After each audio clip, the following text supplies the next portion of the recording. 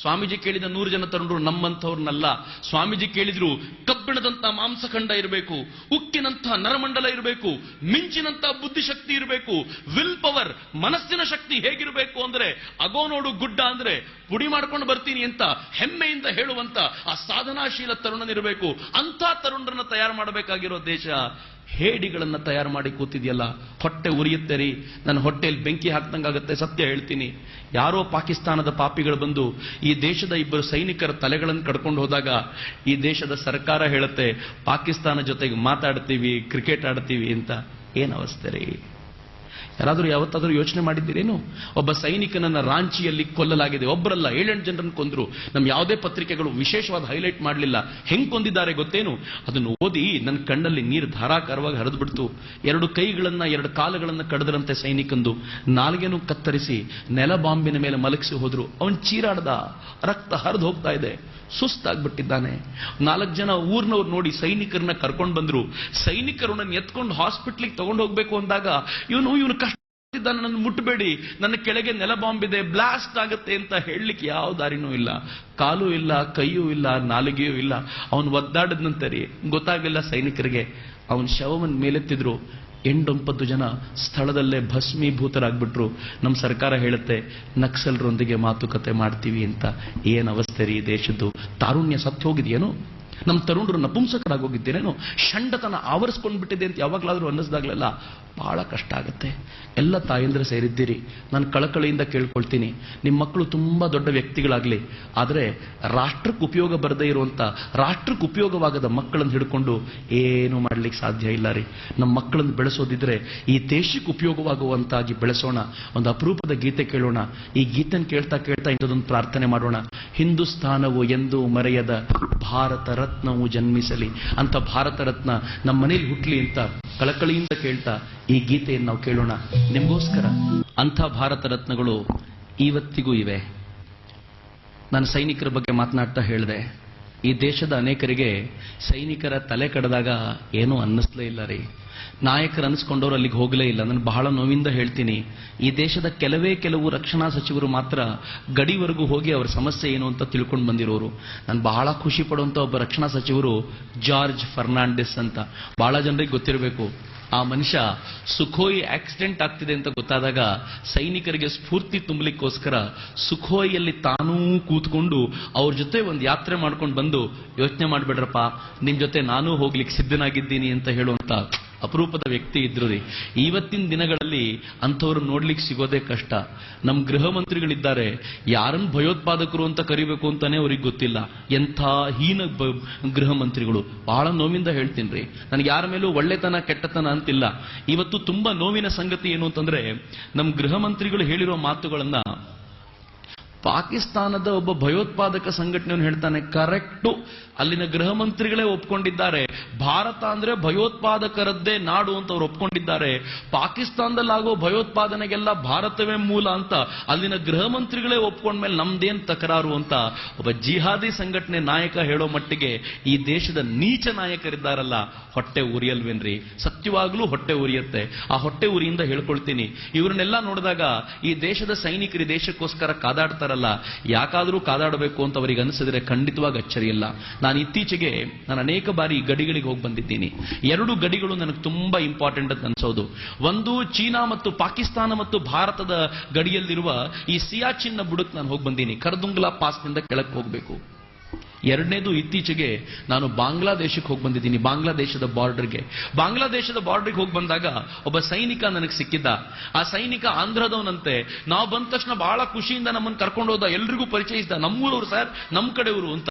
ನಾನು ಕೇಳಿದೆ, ಅದೆಂಗಪ್ಪ ನಮ್ ಕಡೆಯವರು ಅಂತೀಯ? ನಮ್ದು ಕರ್ನಾಟಕ, ನಿಮ್ದು ಆಂಧ್ರ, ಹೆಂಗ್ ಒಂದಾಗ್ಲಿಕ್ಕೆ ಸಾಧ್ಯ ಅಂತ ಕೇಳಿದ್ರೆ ಅವನಂದ, ಸರ್ ಇಲ್ಲಿ ಕರ್ನಾಟಕ ಆಂಧ್ರ ಅಲ್ಲ ಸರ್, ಸೌತ್ ನಾರ್ತ್ ಅಂತ ನಡೆಯುತ್ತೆ, ನಾವೆಲ್ಲ ಸೌತ್ನವರು ಒಂದು ಸರ್ ಅಂತಂದ. ಹೇಳಿದೆ, ವಂಡರ್ಫುಲ್, ಅಲ್ಲಾದ್ರೂ ಇದು ಗೊತ್ತಾಗುತ್ತಲ್ಲ ಅಂತ. ಅವ್ನು ಕರ್ಕೊಂಡು ಹೋದ್ರೆ ಟೀ ಕೊಟ್ಟ, ತಿಂಡಿ ಕೊಟ್ಟ. ಎಲ್ಲ ಮುಗಿದ್ಮೇಲೆ ನಾನು ಸುಮ್ಮನೆ ಕೇಳಿದೆ ಅವನಿಗೆ, ಮನೆಗೆ ಹೋಗಿ ಎಷ್ಟು ದಿನ ಆಗಿದ್ಯಪ್ಪ? ಅವನೇನಂದ ಗೊತ್ತಾ? ಸರ್, ಮನೆಗೆ ಹೋಗಿ ನನ್ನ ಮಗು ಹುಟ್ಟಿದಾಗ ನಾನು ಮನೆಗೆ ಹೋಗಿದ್ದೆ, ಮಗುವಿಗೆ 1 ವರ್ಷ ಆಗಿದೆ ಇವತ್ತು, ನಂಗೆ ರಜೆ ಸಿಗಲಿಲ್ಲ, ಮೋಸ್ಟ್ಲಿ 2ನೇ ವರ್ಷಕ್ಕಾದ್ರೂ ರಜೆ ಸಿಗಬಹುದು ಅಂತ ಬಹಳ ಸಂಕಟದಿಂದ ಹೇಳ್ಬಿಟ್ಟಾರೆ. ನಂಗೆ ಬಹಳ ನೋವಾಗ್ಬಿಡ್ತು. ಒಬ್ಬ ಸೈನಿಕ 2 ವರ್ಷದಿಂದ ಹುಟ್ಟಿರೋ ಮಗುವಿನ ಮುಖ ನೋಡ್ಲಿಲ್ಲ, ಒಬ್ಬ ಸೈನಿಕ 2 ವರ್ಷದಿಂದ ಹೆಂಡತಿ ಮುಖ ನೋಡ್ಲಿಲ್ಲ, ಅಪ್ಪ ಅಮ್ಮನ್ ಸಂತೈಸ್ಲಿಕ್ಕೆ ಆಗ್ಲಿಲ್ಲ. ಅಂಥ ಸೈನಿಕರು ತಲೆ ಕಡಿದು ಹೋದ್ರೆ ಈ ದೇಶದ ನಾಯಕರು ಮಾತು ಆಡಲ್ಲ ಅಂದ್ರೆ ಎಂಥ ಪರಿಸ್ಥಿತಿ ರೀ. ಆ ಸೈನಿಕರು ಆ ಹೊತ್ನಲ್ಲಿ ನಿಂತ್ಕೊಂಡು, ಸತ್ಯ ಹೇಳ್ತೀನಿ, ಬೆಳಗ್ಗೆ 4:15 ಬಂದಾಗ ನನಗೆ ಶಿರಸಿ ತುಂಬಾ ಚಳಿ ಆಗ್ಬಿಟ್ಟಿದೆಯಲ್ಲ ಅಂತ ಅನ್ನಿಸ್ತಿತ್ತು. ಆದ್ರೆ ನೀವು ಯಾವಾಗ್ಲಾದ್ರೂ ಸಿಯಾಚಿನ್ನ ಬುಡಕ್ ಹೋಗಿ ನಿಂತು ನೋಡ್ಬೇಕು, -20 ಡಿಗ್ರಿ ಇರುತ್ತೆ ರೀ, -20 ಡಿಗ್ರಿ, -24 ಡಿಗ್ರಿ, -40 ಡಿಗ್ರಿವರೆಗೂ ಸಿಯಾಚಿನ್ನ ತುದಿಯಲ್ಲಿರುತ್ತೆ. ಅಲ್ಲಿನ ಸೈನಿಕ ನಾನು ಕೇಳ್ತಿದ್ದೆ, ಅಲ್ಲಿ ನಿಂತ್ಕೊಂಡ್ರೆ ಏನ್ ಆಗಲ್ವೇನೋ? ಏನೂ ಆಗಲ್ಲ ಸರ್, 3 ತಿಂಗಳಲ್ಲಿದ್ರೆ ಜೀವನದಲ್ಲಿ 1 ವರ್ಷ ಆಯಸ್ ಕಡಿಮೆ ಆಗತ್ತೆ, ಇನ್ನೇನೂ ಆಗಲ್ಲ ಅಂತಂದ. ನಿಮಗೆ ಎಷ್ಟು ತಿಂಗಳದ್ದು ಹಾಕ್ತಾರಪ್ಪ ಅಂದ್ರೆ 3 ತಿಂಗಳು ಹಾಕ್ತಾರೆ, ಕೆಲವೊಂದ್ಸಲ 6 ತಿಂಗಳು ಅಲ್ಲೇ ಇರ್ಬೇಕಾಗ್ಬಿಡತ್ತೆ. ಜೀವನದ 2 ವರ್ಷ ಆಯಸ್ಸನ್ನ ಯುದ್ಧವೂ ಮಾಡದೆ ನಮಗೋಸ್ಕರ ಕಳ್ಕೊಂಡ್ ಬಿಡ್ತಾರಲ್ಲ, ಯಾವತ್ತಾದ್ರೂ ಹೊಟ್ಟೆ ಉರಿಯಾಗಿದೆಯನ್ರಿ? ಪಾಪಿ ರಾಷ್ಟ್ರ ಪಾಕಿಸ್ತಾನ ಇದೆಯಲ್ಲ, ಈ ಪಾಕಿಸ್ತಾನ ಅನ್ನೋ ರಾಷ್ಟ್ರ ನಮ್ಮ ಮೇಲೆ ದಾಳಿ ಮಾಡ್ಲಿಕ್ಕೆ ಕಾರ್ಗಿಲ್ ಮೇಲಿಂದ ಮೂಲಕ ಬಂದಾಗ, ಈ ಕಾರ್ಗಿಲ್ ನಲ್ಲಿ ನಿಂತ್ಕೊಂಡು ನಮ್ಮ ಮೇಲೆ ಮಾಡಿದಂತ ಅತ್ಯಾಚಾರವನ್ನು ಯಾವತ್ತಾದ್ರೂ ನೆನಪಿಸ್ಕೊಳ್ಳಿಕ್ಕೆ ಅವಕಾಶ ಇದೆಯೇನು? ನಾನು ಕಾರ್ಗಿಲ್ನ ಭೂಮಿಗೆ ಹೋಗಿದ್ದೆ, ತೊಲೋಲಿಂಗ್ನ ಬುಡದ ಕೆಳಗೆ ನಿಂತ್ಕೊಂಡಿದ್ದಾಗ ಒಬ್ಬ ಸೈನಿಕ ಇದ್ದ, ಸಿಖ್ ರೆಜಿಮೆಂಟ್ ಅವನು. ಈ ಸೈನಿಕ ಕಾರ್ಗಿಲ್ ಭೂಮಿಯಲ್ಲಿ ಆ ತೊಲೋಲಿಂಗ್ನ ಬುಡದಲ್ಲಿ ನಿಂತ್ಕೊಂಡು ಬಂದವರಿಗೆಲ್ಲ ಎಕ್ಸ್ಪ್ಲೈನ್ ಮಾಡ್ತಿದ್ದ ಯುದ್ಧ ಹೇಗಾಗತ್ತೆ ಅಂತ. ನೀವು ನಂಬಲ್ಲ, ಪ್ರತಿ ಬಾರಿ ಎಕ್ಸ್ಪ್ಲೈನ್ ಮಾಡಬೇಕಾದ್ರೆ ಕಣ್ಣಲ್ಲಿ ನೀರು ಬರ್ತಿತ್ತು ಅವನಿಗೆ. ನಾನು ಹೋಗಿ ಕೇಳಿದೆ, ದಿನಕ್ಕೆ 8 ಸಲ ಎಕ್ಸ್ಪ್ಲೈನ್ ಮಾಡ್ತೀಯಪ್ಪ ಈ ತರ? ಅವನೊಂದು 18-20 ಸಲ ಆದ್ರೂ ಎಕ್ಸ್ಪ್ಲೈನ್ ಮಾಡ್ತೀನಿ. ಭಾನುವಾರ ಬಂತು ಅಂದ್ರೆ 40-45 ಸಲ ಆದ್ರೂ ಆಗತ್ತೆ ಸರ್. ನಾನು ಕೇಳಿದೆ, ಪ್ರತಿ ಬಾರಿ ಕಣ್ಣೀರು ಇಡ್ತೀಯನೋ? ಅವನೇನಂದ ಗೊತ್ತೇನ್ರಿ? ಅವನಂತಾನೆ, ಸರ್, ಸತ್ತವರು ನನ್ನ ಆತ್ಮೀಯ ಗೆಳೆಯರು ಸರ್. ಆ ಜಾಗದಲ್ಲಿ ಅವತ್ತು ನಾನು ಎಲ್ಲೋ ಮಿಸ್ ಆಗ್ಬಿಟ್ಟೆ, ಇಲ್ಲದೆ ಹೋಗಿದ್ರೆ ನಾನು ಅವ್ರ ಜೊತೆ ಹುತಾತ್ಮನಾಗಿರ್ತಿದ್ದೆ. ಅವ್ರನ್ನ ನೆನಪಿಸ್ಕೊಂಡಾಗೆಲ್ಲ ಕಣ್ಣಲ್ಲಿ ನೀರು ಬರದೇ ಇರುತ್ತೇನು ಸರ್?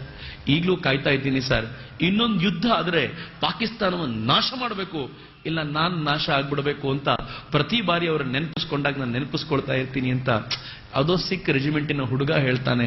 ಅದು ಯಾವ ತಂದೆ ತಾಯಿ ಮಗನೋರಿ, ಆ ಹುಡುಗ ನಮಗೋಸ್ಕರ ಇಷ್ಟು ಪ್ರಾಣ ಕೊಡ್ಲಿಕ್ಕೆ ಸಿದ್ಧನಾಗಿರ್ತಾನಲ್ಲ, ಯಾವತ್ತಾದ್ರೂ ನೆನಪಿಸ್ಕೊಂಡಿದ್ದೀವ?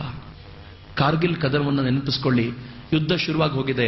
ಯುದ್ಧ ಶುರುವಾಗೋ ಹೊತ್ತಿನಲ್ಲಿ ಈ ದೇಶದ ಒಬ್ಬ ತರುಣ ಪ್ರಾಣ ಕೊಡ್ತಾನೆ. ಮನೋಜ್ ಕುಮಾರ್ ಪಾಂಡೆ ಅಂತ ಅವನ ಹೆಸರು. 22 ವರ್ಷದ ಹುಡುಗ, ಇಂಜಿನಿಯರಿಂಗ್ ಮಾಡ್ಕೊಂಡು ಇಂಜಿನಿಯರಿಂಗ್ ಅಲ್ಲಿ ಒಳ್ಳೆ ಅಂಕಗಳನ್ನು ಪಡ್ಕೊಂಡ. ಸಾಫ್ಟ್ವೇರ್ ಉದ್ಯೋಗಕ್ಕೆ ಹೋಗಲಿಲ್ಲ, ನೇರವಾಗಿ ಸೈನ್ಯಕ್ಕೆ ಹೋಗಿ ಜಾಯಿನ್ ಆಗ್ತೀನಿ ಅಂತ ಬಂದ. ಎಲ್ಲ ಟೆಸ್ಟ್ ಪಾಸ್ ಆಯ್ತು. ಕೊನೆಯ ಪ್ರಶ್ನೆ ಅವನನ್ನು ಕೇಳಿದ್ರು, ಎಲ್ಲ ಬಿಟ್ಟು ಸೈನ್ಯಕ್ಕೆ ಬರಬೇಕು ಅಂತ ಯಾಕೆ ಇಚ್ಛೆ ಪಡ್ತಿದ್ಯಾ? ಮನೋಜ್ ಕುಮಾರ್ ಪಾಂಡೆ ಹೇಳ್ದ, ಏನಕ್ಕೂ ಇಲ್ಲ ಸರ್, ನನ್ನ ಜೀವನದಲ್ಲಿ ಒಂದೇ ಒಂದು ಆಸೆ, ನನಗೆ ಪರಮವೀರ್ ಚಕ್ರ ತಗೋಬೇಕು ಅಂತ. ಇನ್ಯಾವ ಕಂಪನಿನೂ ಕೊಡಲ್ಲ ಸರ್, ಅದನ್ನ ನೀವು ಮಾತ್ರ ಕೊಡೋದು, ಅದಕ್ಕೋಸ್ಕರ ಬಂದಿದ್ದೀನಿ ಅಂದ್ಬಿಟ್ಟಾರೆ. ಆ ಮಾತನ್ನು ಕೇಳಿ ಅವನಿಗೆ ಕೆಲಸ ಏನೋ ಸಿಕ್ತು. ಅದೃಷ್ಟವೋ ದುರದೃಷ್ಟವೋ 2 ವರ್ಷಕ್ಕೆ ಯುದ್ಧ ಘೋಷಣೆ ಆಗೋಯ್ತು. ಯಾವ ತರ ಯುದ್ಧ ಮಾಡಿದ ಈ ತರುಣ ಅಂದ್ರೆ, ತನ್ನ ಟೀಮನ್ನು ಕರ್ಕೊಂಡು ಕೊರಕುಲುಗಳಲ್ಲಿ ಪಾಕಿಸ್ತಾನದ ಪಾಪಿಗಳಿಗೆ ಕಾಣದಂತೆ ಹಿಂದಿನಿಂದ ಹೋಗಿ ಬೆಟ್ಟದ ತುದಿಗೆ ನಿಂತ್ಕೊಂಡ. ಪಾಕಿಸ್ತಾನದ 3 ಬಂಕರ್ಗಳು ಕಣ್ಣೆದುರಿಗೆ ಕಾಣ್ತಾ ಇವೆ. ಆ ಕತ್ತಲ್ನಲ್ಲಿ ಏನ್ ಮಾಡ್ದ, ತನ್ನ ಬ್ಯಾಗ್ನಲ್ಲಿದ್ದ ಗ್ರೆನೇಡ್ ಅನ್ನು ತೆಗೆದು ಅವ್ರ ಮೇಲೆ ಎಸ್ದ. 2 ಬಂಕರ್ಗಳು ಛಿದ್ರವಾಗೋಯ್ತು. 3ನೇ ಬಂಕರ್ನಿಂದ ಹಾರಿದ ಗುಂಡು ಇವನ ಕೈಯನ್ನ ಛಿದ್ರ ಮಾಡ್ತಂತೆ, ಬಲಗೈನ. ಆ ಬಲಗೈ ನೇತಾಡ್ತಾ ಉಳಿದು ಬಿಡುತ್ತಂತೆ. ಮನೋಜ್ ಕುಮಾರ್ ಪಾಂಡೆ ತನ್ನ ಗೆಳೆಯರನ್ನು ಕರೆದು ಹೇಳಿದಂತೆ, ನೇತಾಡ್ತಾ ಇರೋ ಕೈ ತುಂಬಾ ತೊಂದರೆ ಕೊಡ್ತಾ ಇದೆ, ಪೂರ್ತಿ ತುಂಡಾಗಿದ್ರೆ ಬೇಜಾರಿರ್ತಿರ್ಲಿಲ್ಲ, ಈ ಕೈಯನ್ನ ನನ್ನ ಸೊಂಟಕ್ಕೆ ನನ್ನ ಬೆಲ್ಟಿಂದ ಕಟ್ಟಿಬಿಡ್ತೀರಾ ಅಂತ ಕಟ್ಟಿಸ್ಕೊಂಡ. ಇನ್ನೊಂದು ಕೈಯಲ್ಲಿ ಗ್ರೆನೇಡ್ ಹಿಡ್ಕೊಂಡು ಮುಂದಕ್ಕೆ ಹೋಗಿ ಮತ್ತೊಂದು ಬಂಕರ್ನ ಮೇಲೆ ದಾಳಿ ಮಾಡಿದ. ಪಾಕಿಸ್ತಾನದ ಬಂಕರ್ ಛಿದ್ರವಾಗೋಯ್ತು. ಆದರೆ ಅತ್ತಲಿಂದ ಹಾರಿದ ಗುಂಡೊಂದು ಇವನ ಹಣೆ ಹೋಗ್ತು, ಕೆಳಗೆ ಬಿದ್ದ. ಬೀಳೋಕ್ಕಿಂತ ಮುಂಚೆ ಭಾರತದ ಧ್ವಜವನ್ನ ಅಲ್ಲಿ ಹೂತ ಹೇಳ್ತಾನೆ, ಈ ಗುಡ್ಡ ನಮ್ಮ ವಶವಾಗಿದೆ ಅಂತ ಕೆಳಗಿನವರಿಗೆ ಸುದ್ದಿ ಮುಟ್ಟಸರಪ್ಪ ಅಂತ ಭಾರತ್ ಮಾತೆಗೆ ಜೈಕಾರ ಹೇಳ್ತಾ ಪ್ರಾಣ ಕೊಟ್ಟು ಬಿಟ್ಟಾರಿ. ಮನೋಜ್ ಕುಮಾರ್ ಪಾಂಡೆ ಅವನು ಅಂದ್ಕೊಂಡಂತೆ ಅವನಿಗೆ ಪರಮವೀರ್ ಚಕ್ರ ಸಿಕ್ಬಿಡ್ತು. ಪುಣ್ಯಾತ್ಮ, ನಾನು ಕಣ್ಣಾರೆ ನೋಡಿದ್ದೆ ಅವತ್ತಿನ ಕಾರ್ಯಕ್ರಮ. ಪರಮವೀರ್ ಚಕ್ರ ಪ್ರದಾನ ಆಗಬೇಕು. ಆ ಹೆಣ್ಮಗಳು ಹೇಳ್ತಾಳೆ, ಈ ಪುಣ್ಯಾತ್ಮ ತನ್ನ ಡೈರಿಯಲ್ಲಿ ಬರ್ಕೊಂಡಿದ್ದಾನೆ, ಸಾಲುಗಳು ಎಷ್ಟು ಚೆನ್ನಾಗಿವೆ, ತರುಣರಿದ್ರೆ ಎದೆ ಮೇಲೆ ಕೆತ್ಕೋಬೇಕು. ಅವನು ಹೇಳ್ತಾನೆ, ಅಕಸ್ಮಾತ್ ನನ್ನ ರಕ್ತದ ತಾಕತ್ತನ್ನ ತೋರಿಸೋಕ್ಕಿಂತ ಮುಂಚೆ ಮೃತ್ಯು ನನ್ನ ಹತ್ರ ಬಂದ್ರೆ ನಾನು ದೇವರಾಣೆಗೂ ಆ ಮೃತ್ಯುವನ್ನು ಕೊಂದ್ಬಿಡ್ತೀನಿ, ನನ್ನ ತಾಕತ್ ತೋರಿಸಿಯೇ ಸಾಯ್ತೀನಿ ಅಂತಂದ ಅವನು. ಹಂಗೆ ಬರ್ಕೊಂಡಿದ್ದ ಅವನು. ಅವಳದನ್ನು ಓದಿ ಹೇಳಿದ್ಲು. ಪರಮವೀರ್ ಚಕ್ರನ ಅವ್ರ ತಾಯಿ ಸ್ವೀಕಾರ ಮಾಡಿದ್ಲು. ಪ್ರೆಸ್ನವರೆಲ್ಲ ಸುತ್ತುವರೆದು ಕೇಳಿದ್ರು, ಅಮ್ಮ ನಿಮ್ಗೆ ಹೆಂಗನ್ಸುತ್ತೆ? ಆ ತಾಯಿ ಹೇಳಿದ್ಲು, ಏನಪ್ಪಾ ಅನ್ಸೋದು, ಮೊದಲೆಲ್ಲ ಇವನ ನನ್ನ ಮಗ ಅನ್ಕೊಂಡಿದ್ದೆ, ಆದ್ರೆ ನನ್ಗೀಗ ಗೊತ್ತಾಯ್ತು ಇವನ್ ನನ್ನ ಮಗ ಅಷ್ಟೇ ಅಲ್ಲ, ದೇಶದ ಮಗ. ಅವನ್ ಸತ್ತಾಗ ನಾನು ಯಾಕೆ ಕಣ್ಣೀರಿಡ್ಲಿ ಅಂತ ಈಗ ಅನ್ಸುತ್ತೆ ಅಂತ ತಾಯಿ ಹೇಳ್ತಾಳಲ್ಲ. ಎಂತ ಮಹಾ ತಾಯಿ ಇರಬೇಕು. ಯಾವತ್ತಾದ್ರೂ ಯೋಚನೆ ಮಾಡಿ ನೋಡಿ, ಇಬ್ರು ಹುಡುಗರು ಒಂದೇ ಮನೆಯವರು, ಯುದ್ಧಕ್ಕೆ ಅಂತ ಹೋದವರು. ಅಮನ್ ಕಾಲಿಯ ಅಮೋಲ್ ಕಾಲಿಯ. ಅಮನ್ ದೊಡ್ಡವನು, ಅಮೋಲ್ ಚಿಕ್ಕವನು. ಯುದ್ಧಕ್ಕೆ ಹೋದ್ರು, ಯುದ್ಧ ಮಾಡ್ತಾ ಇದ್ರು. ಚಿಕ್ಕ ಹುಡುಗ ಅಮೋಲ್ಗೆ ದೊಡ್ಡವನಿಗೆ ಮದುವೆ ಆಗಿತ್ತು, ಚಿಕ್ಕವನಿಗೆ ಎಂಗೇಜ್ಮೆಂಟ್ ಆಗಿತ್ತು. ಎಂಗೇಜ್ಮೆಂಟ್ ಆದವನು ಹೋಗಿದ್ದ, ಯುದ್ಧ ಮುಗಿಸ್ಕೊಂಡು ಬಂದ ತಕ್ಷಣ ಮದುವೆ ಆಗ್ತೀನಿ ಅಂತ ಹೇಳ್ದ. ಕಿರಿ ಹುಡುಗ ಬರಲೇ ಇಲ್ಲ ರೀ. ಅವನ ಶವ ಮನೆಗೆ ಬಂತು. ಅವರಪ್ಪ ಅಮ್ಮ ಎಲ್ಲ ನಿಂತಿದ್ದಾರೆ. ಆದ್ರೆ ಅಪ್ಪನ ತಾಕತ್ ಎಂತದ್ದು ಅಂದ್ರೆ, ಮಗನೆದುರಿಗೆ ನಿಂತು ಭಾವುಕರಾಗಿ ಕಣ್ಣು ನೀರು ತುಂಬಿಕೊಂಡು ಹೇಳ್ತಾರಂತೆ, ಮಗು ನಿನ್ನ ಕಿರಿಮಗ ಅಂತ ಎಲ್ರಿಗೂ ಪರಿಚಯ ಮಾಡಿಸ್ತಾ ಇದ್ದೆ ಕಣೋ, ನೀನ್ ನನ್ನ ಕಿರಿಮಗ ಇರ್ಬೋದು, ಆದ್ರೆ ದೇಶಕ್ಕೆ ಹಿರಿಮಗ ಆಗ್ಬಿಟ್ಟಿಯಲ್ಲೋ ಮಗನೇ, ಎಂಥ ಕೆಲಸ ಮಾಡಿದ್ಯಪ್ಪ ಅಂತ ಮಗನ ಶವಕ್ಕೆ ಸೆಲ್ಯೂಟ್ ಹೊಡೆಯುವಂತ ತಂದೆ ಇದ್ದಾರಲ್ರಿ. ಈ ದೇಶದ ಕಥೆ ಯಾವಾಗಲಾದ್ರೂ ಯೋಚನೆ ಮಾಡಿ. ಸಂದೀಪ್ ಉನ್ನಿಕೃಷ್ಣನ್ ನಮ್ಮ ನಾಡಿನ ತರುಣ. ಅವನು ಒಂದೊಂದು ಆಪರೇಷನ್ ಅಲ್ಲಿ ಭಯೋತ್ಪಾದಕರ ವಿರುದ್ಧ ಹೋರಾಟ ಮಾಡ್ತಾ ಮಾಡ್ತಾ ಪ್ರಾಣ ಕೊಟ್ಟ. ಅವನ ಗೆಳೆಯರು ಹೇಳಿದ್ದೇನೆ, ಅವರಪ್ಪ ಹೇಳ್ತಿರ್ತಾರೆ.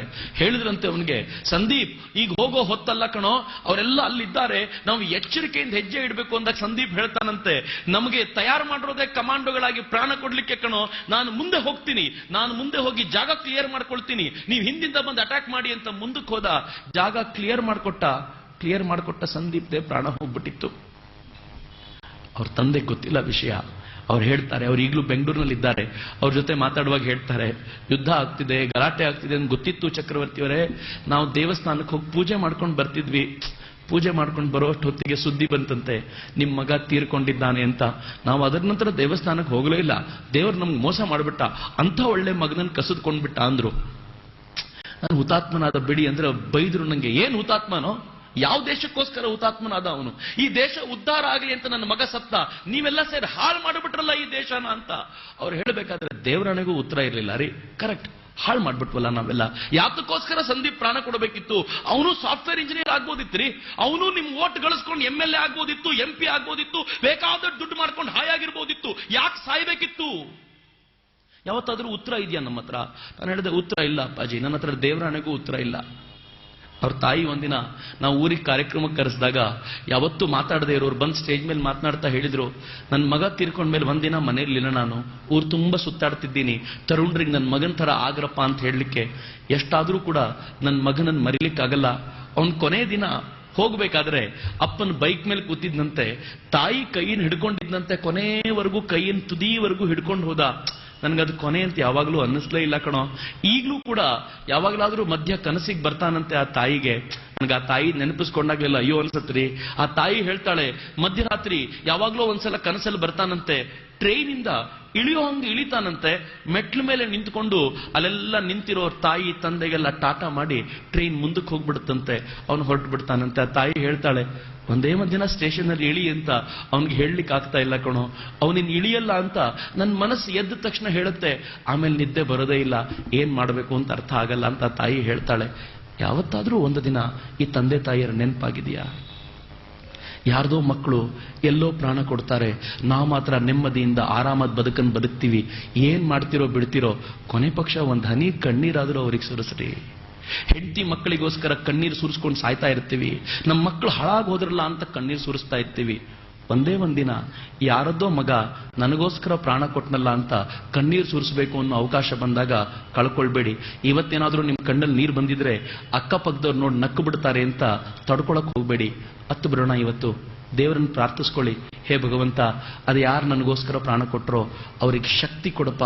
ಇನ್ನು ಪ್ರಾಣ ಕೊಡ್ಲಿಕ್ಕೆ ಹೊರಟಿದ್ದಾರಲ್ಲ ಅವರಿಗೂ ಅಪರೂಪದ ಶಕ್ತಿಯನ್ನು ಕೊಟ್ಟು ಅವರನ್ನು ಜೀವಂತವಾಗಿ ಉಳಿಸುವಂತ ತ್ಯಾಗದ ಆ ಭಾವನೆಯನ್ನ ನಮ್ಮ ಮನಸ್ಸಿನಲ್ಲಿ ಮೂಡ್ಕೊಂಡು ಆ ಭಗವಂತನಲ್ಲಿ ಕೇಳ್ಕೊಳ್ತಾ ಒಂದು ಅಪರೂಪದ ಗೀತೆ ಕೇಳೋಣ. ए मेरे वतन के लोगों जरा आंख में भर लो पानी, जो शहीद हुए हैं उनकी जरा याद करो कुर्बानी. ಜೈಕಾರ ಕೇಳಿದಾಗಲೆಲ್ಲ ಅದೇ ಕಾರ್ಗಿಲ್ ನೆನಪಾಗ್ಬಿಡತ್ತೆ. ಆ ಸೈನಿಕನ ಹತ್ರ ನಾವು ಇಷ್ಟೆಲ್ಲ ಮಾತಾಡಿದ ನಂತರ ಅವ್ನು ನಮ್ಮನ್ನು ನಿಲ್ಸ್ಕೊಂಡು ಹೇಳ್ದ, ನಾವೊಂದು 20 ಜನ ಇದ್ವಿ. ಉಡುಪಿಯಿಂದ ಕೆಲವರು ಇದ್ರು, ಕೆಲವರು ಬೆಂಗಳೂರು ಕಡೆಯಿಂದ ಬಂದ್ರು, ಒಂದು 20 ಜನ ನಿಂತಿದ್ವಿ. ಅವ್ನು ನಮ್ಮನ್ನು ಕರೆ ಹೇಳ್ದ, ಇಷ್ಟೆಲ್ಲ ಮಾತಾಡಿದಿರಿ, ಭಾವುಕರು ಅನ್ಸತ್ತೆ, ಇವರೆಲ್ಲರೂ ಜೈಕಾರ ಹಾಕಬೇಕಾದ್ರೆ ಮ್ಯಾಗಿ ತಿಂದಿರೋರು ಜೈಕಾರ ಇದ್ದಂಗಿದೆ ಸರ್. ಒಂದೇ ಒಂದ್ಸಲ ಭಾರತಕ್ಕೆ ರೊಟ್ಟಿ ತಿಂದವ್ರು ಜೈಕಾರ ಕೊಡಿ ಸರ್ ಅಂದ್ಬಿಟ್ಟ ಅವನು. ನಾವು ಜೈಕಾರ ಕೊಟ್ಟಿದ್ದನ್ನು ಕೇಳಿ ಅವನಿಗೆ ಎಷ್ಟು ಖುಷಿಯಾಗಿತ್ತು ಅಂದ್ರೆ ಸಮಾಧಾನ ಆಯ್ತು ಸರ್, ಬರೀ ಫೋಟೋ ತೆಗೆಸ್ಕೊಳ್ಬೇಡಿ, ನಮ್ಮ ಬಗ್ಗೆ ನೆನಪಿಸ್ಕೊಳ್ತಾ ಇರಿ ಅಂತ ಕಳಿಸ್ಕೊಟ್ಟ. ಬಹಳ ಖುಷಿಯಾಗ್ಬಿಡ್ತಾ ಅವ್ರನ್ನ ನೆನಪಿಸ್ಕೊಂಡಾಗ. ಆ ತರುಣರೆಲ್ಲ ಇವತ್ತಿಗೂ ಭಾರತಕ್ಕೋಸ್ಕರ ಏನಾದರೂ ಮಾಡಬೇಕು ಅಂತ ಖುಷಿ ಪಟ್ಕೊಂಡು ಜೀವ ಕೊಡ್ಲಿಕ್ಕೆ ತಯಾರಾಗಿದ್ದಾರಲ್ಲ. ಅಚ್ಚರಿಯ ಸಂಗತಿ ಹೇಳ್ತೀನಿ, ನಮ್ಗೆ ಅವ್ರನ್ನ ನೆನಪಿಸ್ಕೊಂಡಾಗಲೆಲ್ಲ ನಮಗೂ ಏನಾದರೂ ಮಾಡಬೇಕು ಅನ್ಸುತ್ತೆ. ಭಾರತ ಪಾಕಿಸ್ತಾನ ಯುದ್ಧ ಆಗಬೇಕಾದ್ರೆ ನಾನು ಇಂಜಿನಿಯರಿಂಗ್ ಓದ್ತಿದ್ದೆ ಉತ್ತರ ಕನ್ನಡದಲ್ಲೇ. ಓದ್ತಾ ಇದ್ದ ನಾನು ಯಾವಾಗಲೂ ನೋಡ್ತಿದ್ದೆ ಇಂಡಿಯಾ ಪಾಕಿಸ್ತಾನ್ ವರ್ಲ್ಡ್ ಕಪ್ ನಲ್ಲಿ ಭಾರತ ಏನೇನ್ ಮಾಡ್ತಿದೆ ಅಂತ ನೋಡ್ಕೊಂಡಿದ್ವಿ. ಫೈನಲ್ ಅಲ್ಲಿ ಭಾರತ ಸೋತ್ ಮೇಲೆನೆ ಭಾರತದ ತರುಣರು ಯುದ್ಧ ಏನಾಗ್ತಿದೆ ಅಂತ ಗಮನಿಸಲಿಕ್ಕೆ ಬಂದಿದ್ದು. ಆದ್ರೆ ಆಗ್ಲೂ ಕೆಲವರು ಪ್ರೇರಣೆ ಕೊಟ್ಟವರಿದ್ರು, ಬಹಳ ಬಾರಿ ನೆನಪಿಸ್ಕೋತೀನಿ. ಎಂತೆಂತ ಪ್ರೇರಣೆ ಗೊತ್ತೇನು, 10 ವರ್ಷದ ಒಂದು ಹುಡುಗಿ ಸುದ್ದಿ ಪೇಪರಲ್ಲಿ ಬಂದಿತ್ತು. ಓದ್ತಾ ಕೂತ ನಾನು ರೋಮಾಂಚಿತನಾಗ್ಬಿಟ್ಟೆ. 10 ವರ್ಷದ ಹುಡುಗಿ ಯೋಚನೆ ಮಾಡಿದ್ಲಂತೆ, ಇವರೆಲ್ಲ ನಮಗೋಸ್ಕರ ಪ್ರಾಣ ಕೊಡ್ತಾರಲ್ಲ, ನಾನು ಇವರಿಗೆಲ್ಲ ಏನಾದರೂ ಕೊಟ್ಟರೆ ನಮ್ಮ ಅಪ್ಪನ ದುಡ್ಡು ಕೊಟ್ಟಂತಾಗುತ್ತೆ, ನಾನೇನಾದರೂ ಕೊಡಬೇಕು ಅಂತ ಏನ್ ಮಾಡ್ತಿದ್ಲಂತೆ ಗೊತ್ತಾ? ತನ್ನ ಬ್ಯಾಗ್ ಅನ್ನ ತೆಗೆದು ಮುಂಬೈ ಟ್ರೈನ್ ಅಲ್ಲಿ ಕಡೆ ಬಿಸಾಕಿ ತಾನು ದೇಶಭಕ್ತಿ ಗೀತೆಗಳನ್ನು ಹಾಡ್ತಾ ಭಿಕ್ಷೆ ಬೇಡ್ತಿದ್ಲಂತೆ. ಒಂದು 20-22 ದಿನ ಭಿಕ್ಷೆ ಒಟ್ಟಾರೆ ಕಲೆಕ್ಟ್ ಆಗಿದ್ದನ್ನ ಅಪ್ಪನ ಕೈಯಲ್ಲಿ ಕೊಟ್ಟು ಹೇಳ್ತಾಳಪ್ಪ, ಇದು ನಾನು ದುಡಿದಿರೋದು ನಮ್ಮ ಸೈನಿಕರಿಗೆ ಕಳಿಸ್ಕೊಡ್ತೀನಪ್ಪ ಅಂತ. ಏನ್ ಜೀವರಿ ಅವಳದು. ಇವತ್ತವಳಿಗೆ 20-22 ವರ್ಷ ಇದ್ದಿರ್ಬೋದು. ಈ ಹೊತ್ತಲ್ಲಿ ಅವಳನ್ನ ನೆನ್ಸ್ಕೊಳ್ಬೇಕಾದ್ರೆ ಬಹಳ ಪ್ರೇರಣೆ ಪಡೆದಿದ್ದೀನಿ ಅವಳಿಂದ. ಎಂತ ಅದ್ಭುತವಾದ ಹುಡುಗಿ, 10 ವರ್ಷದ ಹುಡುಗಿ ಹಿಂಗ್ ಮಾಡಿದ್ಲಲ್ಲ. ದೆಹಲಿಯ ರೆಡ್ ಲೈಟ್ ಏರಿಯಾದಲ್ಲಿ ವೇಶ್ಯರೇ ಇರುವಂತ ಜಾಗದಲ್ಲಿ ಆ ವೇಶ್ಯರು ಪ್ರತಿನಿತ್ಯ ಪೇಪರ್ ಓದಿದ್ರಂತೆ. ಸೈನಿಕರು ನಮಗೋಸ್ಕರ ಇಷ್ಟೆಲ್ಲ ಕೊಟ್ಟಿರಬೇಕಾದ್ರೆ ನಾವೇನ್ ಕೊಡ್ಬೋದು ಅವರಿಗೋಸ್ಕರ ಅನ್ಕೊಂಡು ಆ ವೇಶ್ಯ ಸಂಘದವ್ರು ಹೇಳ್ತಾರಂತೆ, ಇವತ್ತು ಒಂದು ದಿನ ನಾವೇನ್ ದುಡಿತೀವಲ್ಲ ಆ ದುಡ್ಡು ಎಷ್ಟು ಬರುತ್ತೋ ಅದನ್ನ ಅವ್ರ ಕಲ್ಯಾಣಕ್ಕೋಸ್ಕರ ಕೊಡೋಣ ಅಂತ ಹೇಳಿ 22ರಿಂದ 40 ಸಾವಿರ ರೂಪಾಯಿ ರೇಂಜಿನ ಒಂದು ಅಮೌಂಟ್ ಅನ್ನ ಸಂಜೆ ವೇಳೆಗೆ ಎಲ್ಲರೂ ಕಲೆಕ್ಟ್ ಮಾಡ್ಕೊಂಡು ಕಳಿಸ್ಕೊಡ್ತಾರಲ್ಲ. ಧನ್ಯರರಿ ಆ ವೇಶ್ಯರು. ತಮ್ಮ ದೇಹವನ್ನು ಮಾರ್ಕೊಂಡಾದ್ರೂ ಕೂಡ ನಮ್ಮ ಸೈನಿಕರಿಗೇನಾದ್ರೂ ಕೊಡಬೇಕು ಅಂತ ಯೋಚನೆ ಮಾಡ್ತಾರಲ್ಲ. ನನಗೆ ಬಹಳ ಬಾರಿ ನೆನಪಿಸ್ಕೊಂಡಾಗ ವಾಹ್, ಈ ದೇಶದ ತಾಕತ್ ಎಂತದ್ದು ಅಂತ ಅನ್ಸುತ್ತೆ. ನಿಮ್ಗೆ ಗೊತ್ತಿರಲಿ, ಈ ದೇಶವನ್ನು ಕಂಡು ಜಗತ್ ನಡಗೋದು ಅದಕ್ಕೋಸ್ಕರವೇ. ಈ ದೇಶದ ಶಕ್ತಿ ಎಂತದ್ದು ಅಂತಂದ್ರೆ, ಇವರು ಮಲ್ಕೊಂಡ್ರೆ ಕುಂಭಕರ್ಣಂತರ ಗೊರಕ್ಕೆ ಹೊಡೆದು ನಿದ್ದೆ ಮಾಡಬಲ್ಲರು, ಎದ್ದು ಬಿಟ್ರೆ ಆಂಜನೇಯಂತರ ಲಂಕೆಗೆ ಬೆಂಕಿ ಇಡಬಲ್ಲರು ಅಂತ ಸ್ಪಷ್ಟವಾಗಿ ಜಗತ್ತಿಗೆ ಗೊತ್ತಿದೆ. ಅದಕ್ಕೆ ನಾವು ಮಲಗಿರೋದನ್ನೇ ಕಾಯ್ಕೊಂಡಿರ್ತಾರೆ. ಎಷ್ಟು ದೀರ್ಘಕಾಲ ಮಲಗಿರ್ತೀವೋ ಅಷ್ಟು ದೀರ್ಘಕಾಲ ಮಲಗಿರ್ಲಿ ಅಂತ. ಹಾಗೆ ಮಲಗಿಸ್ಲಿಕ್ಕೋಸ್ಕರ ಏನೆಲ್ಲ ಬೇಕೋ ಆ ಪ್ರಯಾಸ ಮಾಡ್ತಾರೆ. ಇವತ್ತು ಜಗತ್ನಲ್ಲಿ ನಮ್ಮ ಕಾಂಪಿಟೇಟರ್ ಯಾರು ಅಂತ ನಿಮ್ಮನ್ನು ಕೇಳಿದ್ರೆ ನಾವು ಅನ್ಕೊಳ್ತೀವಿ ಚೀನಾ ಕಾಂಪಿಟೇಟರ್, ನಾವು ಅನ್ಕೊಳ್ತೀವಿ ಅಮೆರಿಕ ಕಾಂಪಿಟೇಟರ್ ಅಂತೆಲ್ಲ. ಅದನ್ನ ನಿಜ ಹೇಳ್ತೀನಿ, ಭಾರತಕ್ಕೆ ಏನಾದರೂ ಕಾಂಪಿಟೇಟರ್ ಇದ್ರೆ ಅದು ಭಾರತ ಮಾತ್ರ. ಜಗತ್ನಲ್ಲಿ ಇನ್ಯಾರಿಗೂ ನಮ್ಮನ್ನು ಕಾಂಪೀಟ್ ಮಾಡೋ ಶಕ್ತಿಯೇ ಇಲ್ಲ. ನಮಗೆ ನಾವೇ ಕಾಂಪಿಟೇಟರು. ನಮ್ಮನ್ನು ಮಲಗಿಸೋದು ಭಾರತದವರೇ, ಜಾಗೃತಗೊಳಿಸೋದು ಭಾರತದವರೇ. ಯಾರು ಮಲಗಿಸ್ತಾರೋ ಅವ್ರನ್ನ ಕರ್ಕೊಂಡು ಬಂದು 4 ಬಾರಿಸೋ ತಾಕತ್ ನಮಗಿದ್ರೆ, ಅಷ್ಟು ಜಾಗೃತಿ ನಮ್ಮೊಳಗಿದ್ರೆ ಈ ದೇಶವನ್ನು ಆದಷ್ಟು ಜಗತ್ ಹೇಳುತ್ತೆ ಯಾವ ರಾಷ್ಟ್ರ ಬೇಕಿದ್ರೂ ನಾಶವಾಗಬಹುದು, ಭಾರತ ನಾಶವಾಗೋದು ಸಾಧ್ಯವಿಲ್ಲ. ಯಾಕೆಂದ್ರೆ ಈ ದೇಶದ ಪೂರ್ವಜರು ಅಂತ ಸಿಸ್ಟಮ್ ತಯಾರು ಮಾಡಿದ್ದಾರೆ ಅಂತ. ಹಿಂಗಿದ್ದು ಕೂಡ ತಲೆ ತಗ್ಗಿಸಿ ನಿಲ್ತೀವಲ್ಲ. ನನ್ನ ನೆಚ್ಚಿನ ಮಿತ್ರರೇ, ಇವತ್ತು ಭಾರತ ಆರ್ಡಿನರಿ ರಾಷ್ಟ್ರವಲ್ಲ. ಜಗತ್ತಿನ 5 ರಾಷ್ಟ್ರಗಳಿಗೆ ಸೂಪರ್ ಕಂಪ್ಯೂಟರ್ ಡಿಸೈನ್ ಮಾಡಬಲ್ಲಂತ ಟೆಕ್ನಾಲಜಿ ಗೊತ್ತಿದೆ, ಒಂದು ನಮ್ದು. ಜಗತ್ತಿನ 4 ರಾಷ್ಟ್ರಗಳಿಗೆ ಮಾತ್ರ ಕ್ರಯೋಜನಿಕ್ ಎಂಜಿನ್ ನಿಂದ 3 ಉಪಗ್ರಹವನ್ನ ಕಕ್ಷೆಗೆ ಕೂರಿಸಬಲ್ಲಂತ ಟೆಕ್ನಾಲಜಿ ಗೊತ್ತಿದೆ, ಒಂದು ರಾಷ್ಟ್ರ ನಂದು.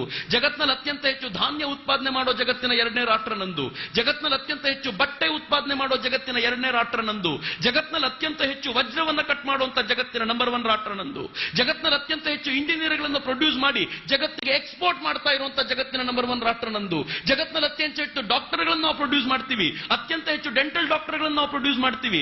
ಜಗತ್ನಲ್ಲಿ ಅತ್ಯಂತ ದೊಡ್ಡ ಉದ್ಯೋಗಿಗಳನ್ನು ಹೊಂದಿರುವಂತಹ ಜಗತ್ತಿನ ಅತ್ಯಂತ ದೊಡ್ಡ ಸಂಸ್ಥೆ ಇಂಡಿಯನ್ ರೈಲ್ವೆ ನಮ್ದು. ಜಗತ್ತಿನ ಅತ್ಯಂತ ದೊಡ್ಡ ಸಾರ್ವಜನಿಕ ಸೇವಾ ಸಂಸ್ಥೆ, ಸ್ವಯಂ ಸೇವಾ ಸಂಸ್ಥೆ ರಾಷ್ಟ್ರೀಯ ಸ್ವಯಂ ಸೇವಕ ಸಂಘ ಭಾರತದ್ದು. ಜಗತ್ತಿನ ಅತ್ಯಂತ ಹೆಚ್ಚು ಚಿನ್ನ ಖರೀದಿ ಮಾಡೋ ಹೆಣ್ಣು ಮಕ್ಕಳು ಭಾರತದವರೇ, ಇನ್ಯಾರೂ ಇಲ್ಲ. ಏನ್ ಕಡಿಮೆ ಅನ್ಕೊಂಡಿದ್ರೆ ನೀ ಸಾಮರ್ಥ್ಯನ? ಚೀನಾ ನಮ್ಮ ವಿರುದ್ಧ ಬಿದ್ದುಬಿಟ್ಟಿದೆ, ಹಠಕ್ಕೆ ಬಿದ್ದುಬಿಟ್ಟಿದೆ. ಭಾರತಕ್ಕಿಂತ ಚಿನ್ನ ಜಾಸ್ತಿ ಖರೀದಿ ಮಾಡಬೇಕು ಅಂತ ಜನರಿಗೆ ಹೇಳಿದೆ, ದುಡ್ಡು ಬ್ಯಾಂಕಲ್ಲಿ ಇಡಬೇಡಿ, ಚಿನ್ನದ ಗಟ್ಟಿ ಖರೀದಿ ಮಾಡಿ ಅಂತ. ಅವರೆಲ್ಲ ಚಿನ್ನದ ಗಟ್ಟಿ ಖರೀದಿ ಮಾಡ್ತಿದ್ದಾರೆ. ಪಾಪ, ದೌರ್ಭಾಗ್ಯ, ಏನ್ ಮಾಡಬೇಕು ಅಂತ ಗೊತ್ತಿಲ್ಲ ಅವ್ರಿಗೆ. ನನ್ನ ದೇಶದ ಹೆಣ್ಮಕ್ಳು ನೋಡ್ರಿ, ಮದುವೆಗೆ ಮುಂಜಿಗೆ ಹೋಗ್ತಾರೆ, ಏನ್ ಮದುಮಗನ್ ನೋಡ್ಲಿಕ್ಕೆ ಹೋಗೋದು ಅವರು. ತಾವು ಹಾಕೊಂಡ್ರು ಒಡವೆ ತೋರಿಸ್ಲಿಕ್ಕೆ ಅಂತಾನೆ ಹೋಗೋದು. ಇದೊಂದು ಅಪರೂಪದ ಸಂಗತಿ. ಈ ಒಡವೆ ಮಾಡ್ಕೊಂಡು ಹಾಕೋಬೇಕು ಅಂತ ಚಿನ್ನದ ಮೂಲಕ ಹೇಳ್ಕೊಟ್ಟಿದ್ದಾರಲ್ಲ, ಆರ್ಡಿನರಿ ಅಲ್ಲ ಇದು. ನಾನೊಂದ್ಸಲ ಕೇಳಿದೆ, ಈ ದೇಶದಲ್ಲಿ ಒಟ್ಟು ಚಿನ್ನ ಎಷ್ಟಿರ್ಬೋದು?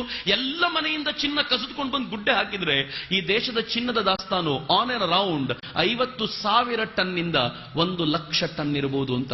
ಗ್ರಾಮಿಗೆ 3,000 ರೂಪಾಯಿ ಅಂತ ಲೆಕ್ಕ ಹಾಕಿ ನೋಡಿ, 1,00,000 ಟನ್ ಎಷ್ಟಾಯ್ತು ಅಂದ್ರೆ ನಾವು ನೀವು ಊಹಿಸ್ಲಿಕ್ಕಾಗದೆ ಇರುವಷ್ಟು ಹಣ ಭಾರತದಲ್ಲಿದೆ. ನಾವು ಹೇಳ್ತೀವಿ ಬಡ ರಾಷ್ಟ್ರ ಸಾರ್ ಭಾರತ.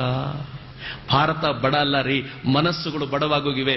ಇವತ್ತು ಎದೆ ತಟ್ಕೊಂಡು ಹೇಳಿ, ಸಾರೇ ಜಹಾಂ ಸೆ ಅಚ್ಚಾ ಹಿಂದೂ ಸಿತಾ ಹಮಾರಾ, ಸಾರೇ ಜಹಾಂ ಸೆ ಅಚ್ಚಾ ಹಿಂದೂ ಸಿತಾ ಹಮಾರಾ.